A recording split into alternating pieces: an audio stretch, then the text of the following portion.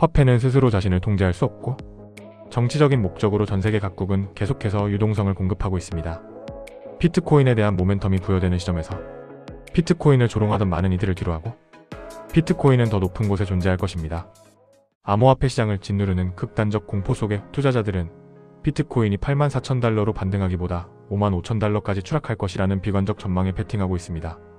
암호화폐 전문 매체 디크립트에 따르면 미리아드 이용자들은 비트코인의 다음 행선지가 55,000달러 덤프 하락이 될 확률을 62%로 점치고 있습니다.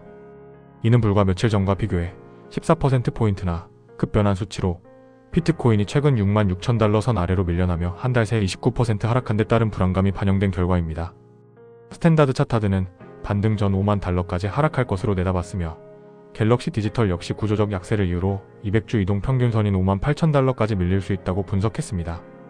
거시경제 환경도 비트코인 반등에 비호적입니다.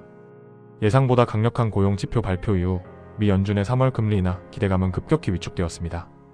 시카고 상품거래소 패드워치에 따르면 3월 0.25%포인트 금리 인하 확률은 8% 미만으로 떨어졌으며 예측시장 폴리마켓에서는 6% 수준에 그치고 있어 단기적인 상승 촉매제가 부재한 상황입니다. 투자자들은 기술적 지표와 거시경제 환경 모두가 하방을 가리키는 상황에서 55,000달러 선 방어 여부를 주시하며 보수적인 태도를 취하고 있습니다.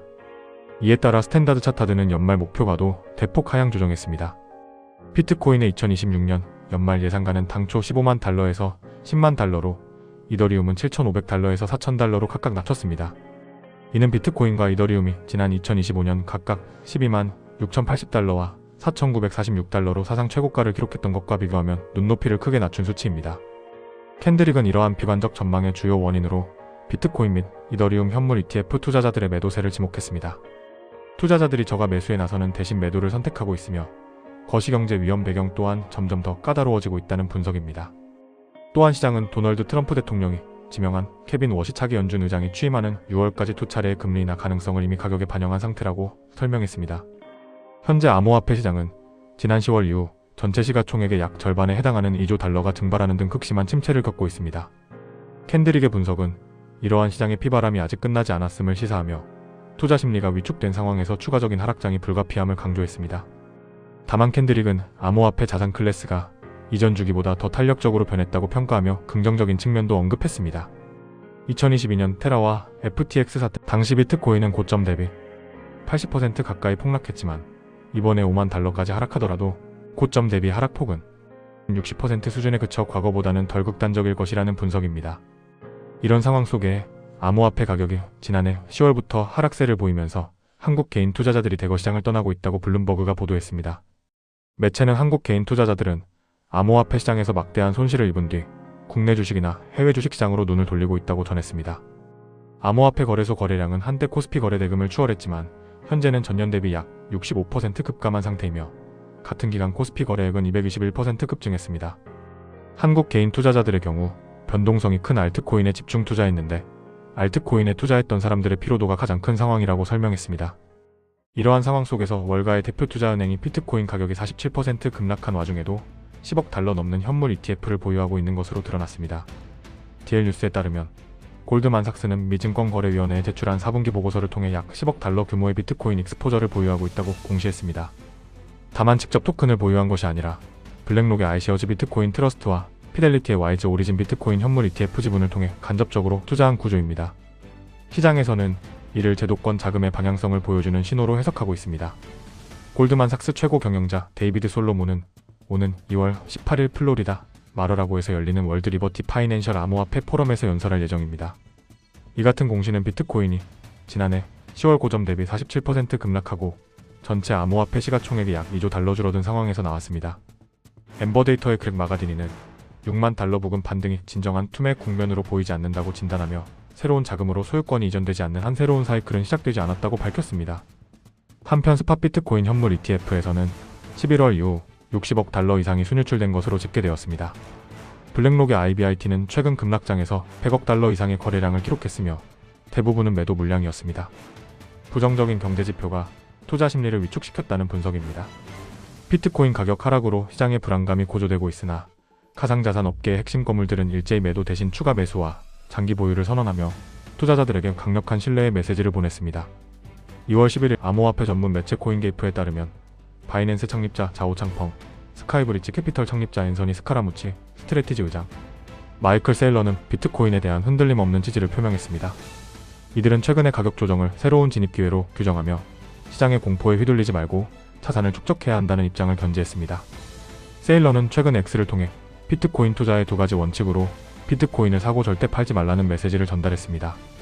스트레티지는 최근 비트코인 가격이 88,000달러 선 아래로 떨어지자 약 7,530만 달러를 투입해 855비트코인을 추가로 매수했습니다. 이번 매입으로 총 보유량은 71만 3,502 비트코인에 도달했으며 전체 매입 대금은 약 542억 6천만 달러에 달합니다.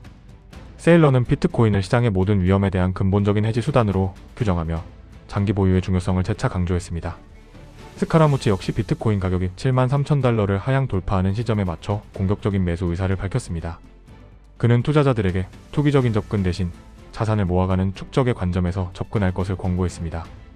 자오는 다보스 포럼 인터뷰에서 2026년이 비트코인의 4년 주기 반감기 패턴을 깨는 이른바 슈퍼사이클의 시작점이 될 수 있다는 낙관적인 전망을 내놓았습니다. 그는 사고 보유하는 전략이 대부분의 매매 기법보다 높은 수익률을 기록했다고 강조했습니다. 한편 CEO 샘슨 모우는 비트코인이 현재 모든 각도에서 압박을 받으며 응축된 스프링과 같은 상태라고 진단했습니다. 그는 금과 은, AI 관련 주식의 급등과 대비되는 비트코인의 4개월 연속 음봉 흐름이 오히려 대반등의 전조가 될 수 있다고 분석했습니다. 현재 시장은 극단적 공포와 장기 확신이 충돌하는 국면에 있습니다.